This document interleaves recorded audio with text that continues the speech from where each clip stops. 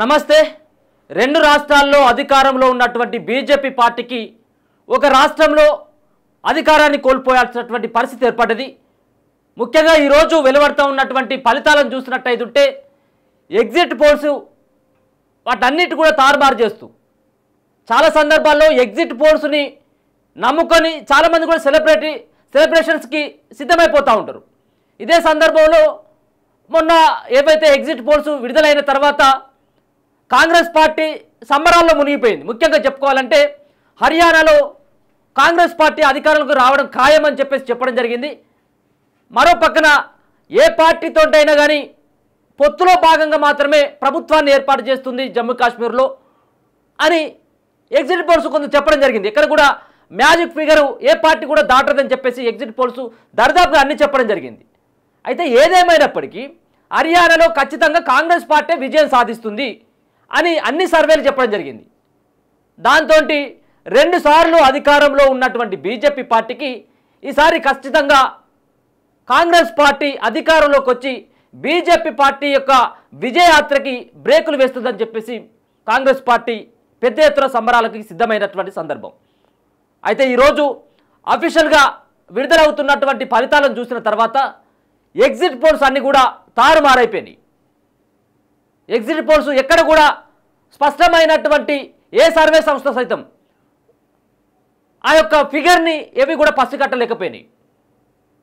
BJP party 2 రాష్ట్రాల్లో అధికారంలో ఉంటే 2 రాష్ట్రాల్లో హర్యానాలో 90 సీట్లు ఉన్నాయి, జమ్మూ కాశ్మీర్లో 90 సీట్లు ఉన్నాయి. ఏ పార్టీ అధికారంలోకి రావాలన్నా 46 సీట్లని కైవసం చేసుకోవాలి. ఏకపక్షంగా హర్యానాలో అధికార బీజేపీ పార్టీ హైట్రిక్ విజయాన్ని సొంతం చేసుకోబోతా ఉంది. జమ్మూ కాశ్మీర్లో సైతం అధికారాన్ని కోల్పోతా ఉంది బీజేపీ పార్టీ. ఒక రాష్ట్రంలో అధికారం కోల్పోవడం, మరో రాష్ట్రంలో అధికారాన్ని నిలబెట్టుకుంటున్నటువంటి బీజేపీ పార్టీకి ఇది ఒక దెబ్బగానే చెప్పుకోవచ్చు. ఎందుకంటే అధికారం ఉన్నటువంటి రాష్ట్రంలో మళ్ళీ అధికారంలోకి రాకపోవడం చూస్తే ఖచ్చితంగా ప్రభుత్వం యొక్క ఫెయిల్యూర్ అనేది కనబడుతుంది. ఇప్పుడున్నటువంటి సందర్భంలో కేంద్రంలో బీజేపీ పార్టీ అధికారంలో ఉంది, కేంద్రంలో మోదీ యొక్క నాయకత్వం ఉంది. ఇక మోదీ నాయకత్వంలో బీజేపీ పార్టీ ఇంకా దూసుకువెళ్తుందని భావించినప్పటికీ జమ్మూ కాశ్మీర్లో అనేక రకాలైనటువంటి మార్పులు తీసుకొచ్చినామని ఏదైతే బీజేపీ పార్టీ చెప్పుకుంటుందో, మరి అదే జమ్మూ కాశ్మీర్లో బీజేపీ పార్టీ పరాజయం మాత్రం ఇది ఊహించినటువంటి పరిణామమే. గతంలో జమ్మూ కాశ్మీర్లో ఏకపక్షంగా బీజేపీ పార్టీకి ఆ యొక్క సొంతంగా ఏర్పాటు చేసినటువంటి ప్రభుత్వం కాదు, అక్కడ ఉన్నటువంటి ఏదైతే మిత్రపక్షమైనటువంటి పీడీపీ పార్టీతోటి అక్కడ ఏర్పాటు చేసినటువంటి ప్రభుత్వం మరి ఏదైతే బీజేపీ పార్టీ ఇప్పుడు సైతం ఏకపక్షంగా కాంగ్రెస్ పార్టీ యొక్క మిత్రపక్షంతో అక్కడ ప్రభుత్వాన్ని ఏర్పాటు చేయబోతా ఉంది కాంగ్రెస్ పార్టీ జమ్మూ కాశ్మీర్లో. ఒకసారి ట్రెండ్స్ చూద్దాం, దాని తర్వాత ఎగ్జిట్ పోల్స్ ఏమి ఇచ్చినాయి అనేది కూడా ఒకసారి చూసినట్లయితే ఉంటే ఇక్కడ స్పష్టంగా కనపడతా ఉంది. హర్యానాకు సంబంధించినటువంటి దాంట్లో 90 సీట్లు ఉన్నాయి. హర్యానాలో ఇప్పటికే బీజేపీ పార్టీ 48 స్థానాల్లో ముందంజలో ఉంది. 36 స్థానాల్లో కాంగ్రెస్ పార్టీ, అలాగే INLD 1, BSP 1, IND 4, మొత్తానికి ఏ సంబంధించినటువంటి పార్టీ అయినా హర్యానాలో 46 సీట్లు కైవసం చేసుకుంటే సొంతంగా ప్రభుత్వాన్ని ఏర్పాటు చేయొచ్చు. ఆ దిశగానే బీజేపీ పార్టీ 48 స్థానాల్లో దూసుకు వెళ్తా ఉంది. అయితే హర్యానాలో ఇచ్చినటువంటి ఫలితాలను కనుక ఎగ్జిట్ పోల్స్ కనుక మనం చూసుకున్నట్టయితే ఉంటే ఎగ్జిట్ పోల్స్లో హర్యానాలో 90 సీట్లుంటే మ్యాజిక్ ఫిగర్ 46 రావాలి. దీంట్లో ఇచ్చినటువంటి పలు ఏవైతే పేరున్నటువంటి సర్వే సంస్థలు ఇచ్చినటువంటి యాక్సెస్ మై ఇండియా కావచ్చు, ఇండియా టుడే సీ ఓటర్ కావచ్చు, పీపుల్స్ పల్స్ కావచ్చు, రిపబ్లిక్ భారత్ మ్యాట్రిక్స్ అనేటువంటి ఈ సంస్థలు చాలా సందర్భాల్లో ఈ ఎగ్జిట్ పోల్స్ దరిదాపుగా దగ్గరగా ఉంటాయి. వీళ్ళు చెప్పేటివే దరిదాపుగా నిజమవుతాయి.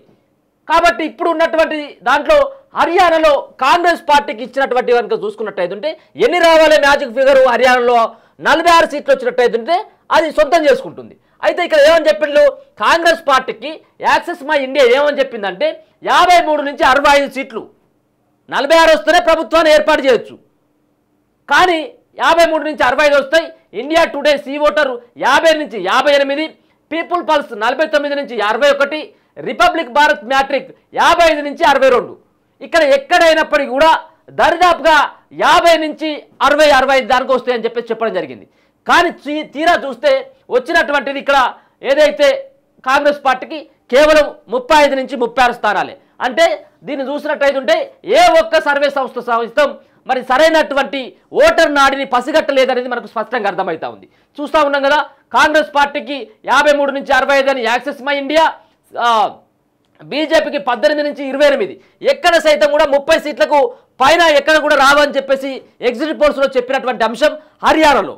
కానీ హర్యానాలో బీజేపీ పార్టీకి వచ్చేటువంటి సీట్లను కనుక చూస్తే కేవలం 20 నుంచి 30 స్థానాల మధ్యలో ఉంటుంది. 20 నుంచి 30 స్థానాలే. కానీ వర్జన్గా చూసుకున్నట్టయితే ఇప్పుడు రిజల్ట్ కనుక చూసుకున్నట్టయితే ఇప్పుడు ట్రెండ్స్ కనుక చూసుకున్నట్టయితే 48 స్థానాల్లో దూసుకు వెళ్తా ఉంది.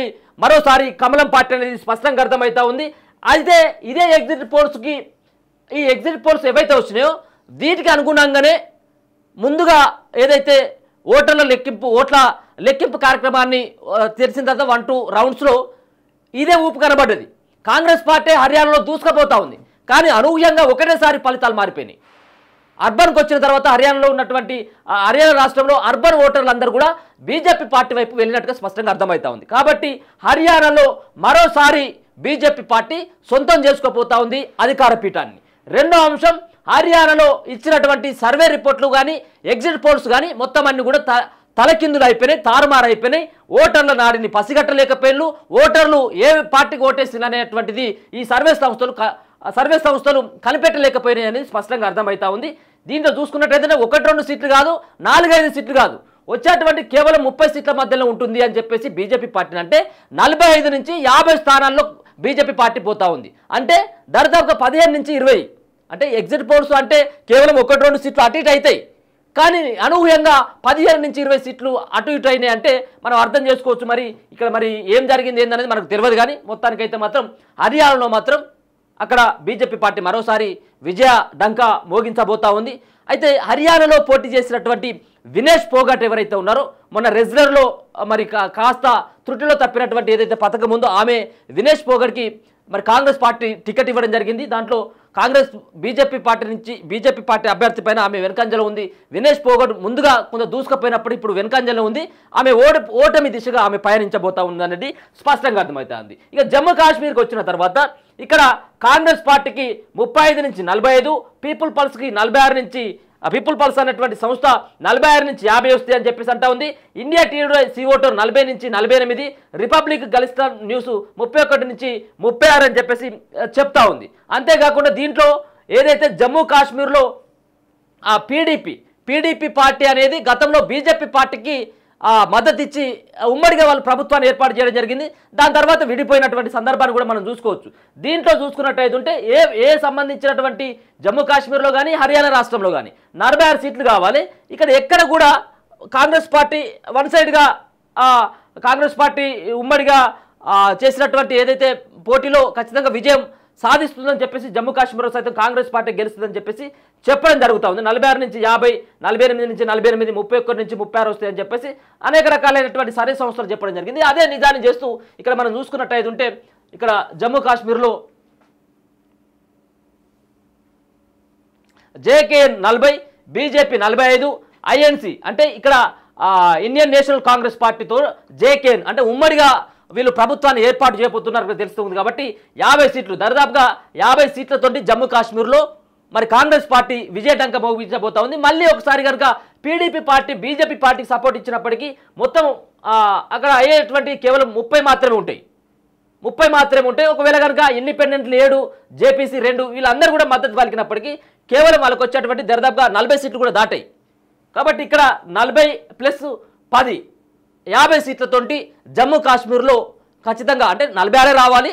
ఇప్పుడు కేవలం అవి ముందుకు వెళ్తా ఉన్నటువంటి పరిస్థితి అయితే చూసుకోవచ్చు. వాళ్ళు విజయానికి దగ్గరగా ఉన్నారని చెప్పుకోవచ్చు. విజయం సాధించాలని చెప్పట్లేదు. 40, 25, 10 ఇట్లాంటి కేవలం ఇది ఇంకా ఉన్నాయి, ఇంకా రౌండ్స్ ఉన్నాయి, ఇంకా లెక్కించాల్సి ఉంది. కానీ ఈ ట్రెండ్స్ మాత్రం ఇగో ఇంతమంది ఈ గెలిచేటువంటి అవకాశం ఉంటుందని తెలుస్తూ ఉంది. కాబట్టి ఒకటి రెండు అటు ఇటు అయినప్పుడు కూడా జమ్మూ కాశ్మీర్లో ఖచ్చితంగా కాంగ్రెస్ పార్టీ అధికారం చేజిక్కించుకోబోతా ఉంది.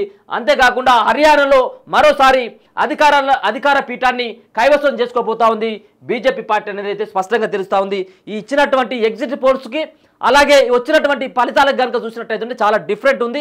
ఏదేమైనప్పటికీ మోడీకి అయితే పెద్ద ఎదురు దెబ్బగానే చెప్పుకోవచ్చు. అధికారంలో ఉన్నప్పటికీ కూడా కేంద్రంలో అధికారంలో ఉంది, జమ్మూ కాశ్మీర్లో అధికారంలో ఉంది, మరో పక్కన హర్యానాలో అధికారంలో ఉన్నప్పటికీ అధికారంలో ఉన్నటువంటి రాష్ట్రాలలో సైతం మరి బీజేపీ పార్టీ ఒక రాష్ట్రాన్ని అధికారాన్ని కోల్పోతా ఉంది. కాబట్టి ఇది రానున్నటువంటి రోజులలో కాంగ్రెస్ పార్టీకి చాలా మైలేజ్ వచ్చేటువంటి అంశంగానే చెప్పుకోవచ్చు. బీజేపీ పార్టీకి ఇది కొత్త దెబ్బగానే చెప్పుకోవచ్చు. ఎందుకంటే ఉన్నటువంటి రాష్ట్రాల్లో అధికారంలో ఉన్నటువంటి రాష్ట్రాల్లో అధికారంలో కోల్పోవడం మాత్రం చాలా ఎదురు దెబ్బగానే చెప్పుకోవచ్చు. చూద్దాం మరి ఇది లాస్ట్ వరకు ఇంకా ఎన్ని సీట్ల వరకు వస్తుంది. ఇప్పుడే ఆల్రెడీ రిజల్ట్ వచ్చినట్టు కాదు, దాదాపుగా ఇవే ఫలితాలు మరి చివరి వరకు కూడా ఉండేటువంటి అవకాశం అయితే కనబడతా ఉంది. చూస్తూనే ఉండండి మన తొలి వేలు.